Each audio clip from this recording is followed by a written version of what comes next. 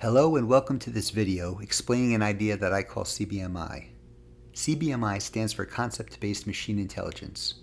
Right now this project is in the early stages of development. So what is CBMI?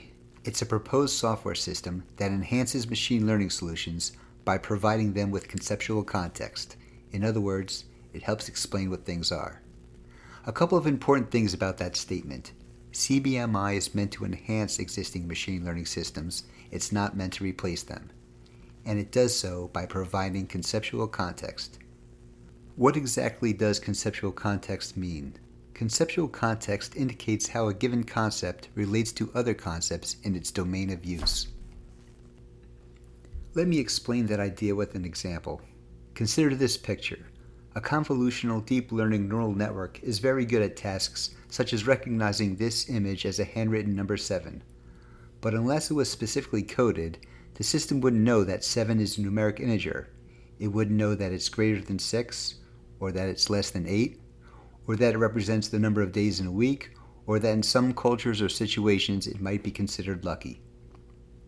So a sufficiently configured CBMI system paired with an image recognition solution could recognize the presence of a fox in the vicinity of a henhouse and understand the implications of this occurrence. Now, in order to better understand how CBMI works, we will have to talk a little bit more about concepts themselves. Concepts are the building blocks of intelligence, as we see it in both the human mind and in the proposed system. Similarly to the way objects are considered in object-oriented programming, concepts will be the fundamental component of CBMI. Concepts can be simple, such as size or greater than, or they can be very complex, such as the concepts of algebra or the Renaissance. Concepts need to be quantitatively modeled. In order for them to be algorithmically manipulated or compared, they need some discrete representation, even if that representation is something that is a bit complex. So how can a concept be quantitatively modeled? By defining it in relation to a corpus of other concepts. A corpus of concepts is essentially a database of associated concepts where the associations between concepts are concepts as well. Concepts are relative. Every concept in our mind is relative to some other concept we have learned based on our experience with the universe. This is an important thing to consider. Imagine yourself looking upon a very large tree and you thought, wow, that's one large tree. You couldn't conceive of that thought without understanding of tree, size, comparison. The fact that all concepts are relative to one another doesn't just enable understanding, it also limits it. Picture two people arguing. They're arguing in front of a dog. Dogs have some conceptual understanding of conflict, or at least it appears to me that they do.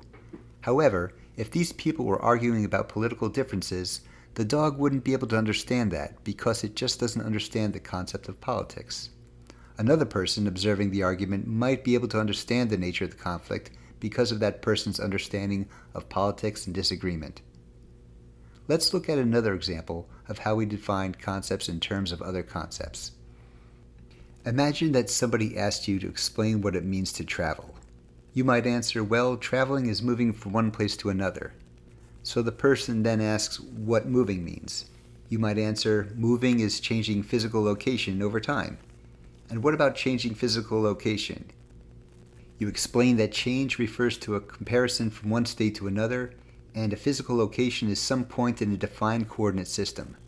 So you could go on and on continually being asked to break down those concepts in your explanations with more basic underlying concepts. But ultimately, the person would have to say, it sounds like you really understand what it means to travel. You would say, of course I do. Well, imagine a computer system that is extensively configured with all these concepts related to travel and how they are associated with each other, right down to the very fundamental concepts. That system would think it really understands the concept of travel as well. This discussion might make some people consider the idea of the Turing test. So far, this description of CBMI is pretty abstract. Let's try to draw out some examples of associated concepts and explain how the model could be used. We'll use an image of a graph database to illustrate.